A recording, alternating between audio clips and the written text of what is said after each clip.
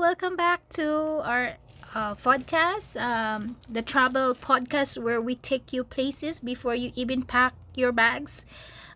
Today, we're exploring one of the Europe's best kept secrets, the Azores, Portugal. In this episode, we'll guide you through a magical itinerary starting from the airport and diving deep into volcanic lakes, charming towns, food to die for, Instagrammable gems, and so much more. So, touchdown and first impressions. Your adventure begins at How Paulo the second airport in Ponta Delgada on Sao Miguel Island, the largest of the nine Azores Islands. A round trip flight from Boston or New York usually runs 500 to 700 USD, especially in spring or fall. The best time to visit, spring or fall. Expect lush green landscapes, mild temp in the 60s and 70s, 60 to 70s Fahrenheit, and fewer crowds. Grab your rental car at the airport, around 50 per day, because public transport here won't take you off the beaten path. So, hotel recommendation, check in at the Oxtan Hotel's Fonta Delgada, a modern oceanside luxury stay with the infinity pool vibes, excellent dining and walking distance to the marina. Nightly costs around 160 to 200 USD.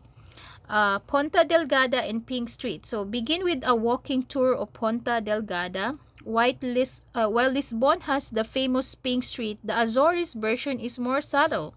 Roa dos Mercadores is a pink wash alley line with local boutiques and cafes.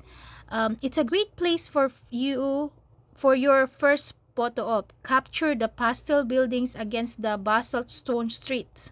Stop for brunch at Atasca, a beloved spot for Azorean tapas. Don't miss the limpets, garlic octopus, and Azorean cheese board. Expect to spend $25 to $35 for two. Trivia time. Did you know the Azores are located on the tectonic divide between the North American, Eurasian, and African plates, making them one of the few places on Earth where you can literally stand on three tectonic plates. City Cidades, Mera de Oro, the Vista do Rey. Head west for the about 30 minutes to Sete Cidades. This volcanic caldera featured twin lakes, one blue, one green. Legend says they were formed by the tears of the forbidden couple, a shepherd and a princess. Photo tip, get a Mera de Oro de Vista do Rey before 10 a.m. to catch the lakes without fog. Use a wide-angle lens and stand near the stone rail for a panoramic shot.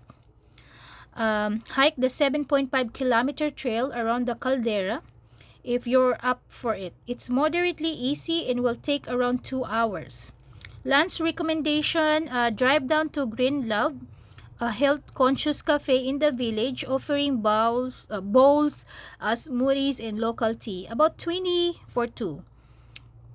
So $10 per person.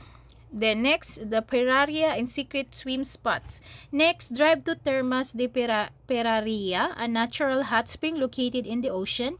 If the tides are right, you can swim in the Atlantic as geothermal vents warm the water. Entry to the thermal spa is around 8 USD. Local tip, avoid weekends and go an hour before sunset. It's more serene and the golden hour makes everything glow.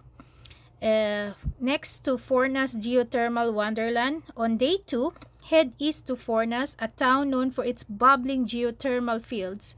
The drive takes 45 minutes.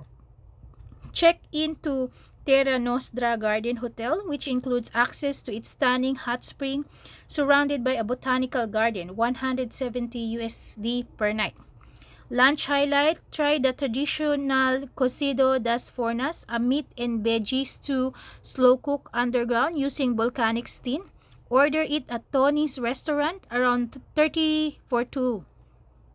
Souvenir tip, buy local volcanic clay pots or jars of furnace tea from the Goriana Tea Factory, which you'll visit next. Next, Goriana tea and Instagram gem. Goriana is Europe's oldest tea plantation. You can stroll among the tea fields for free and sip fresh green or black tea in their tasting rooms. Photo tip, head to the tea rows at sunrise for golden light and misty hills. Capture symmetry with a drone or stand between the rows for a stunning portrait shot.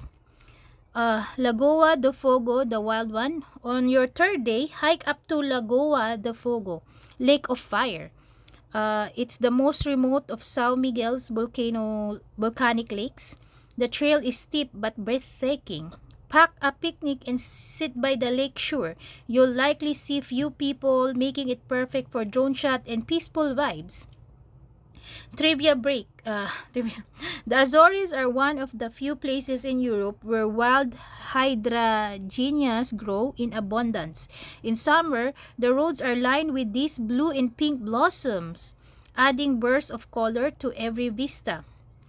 And final stroll in farewell. Wrap up your trip with a stroll along the Marina Ponta Delgada. Try a farewell dinner at Michael or Michelle restaurant. Azorian fusion cuisine with ocean views. Expect 50 for two with wine.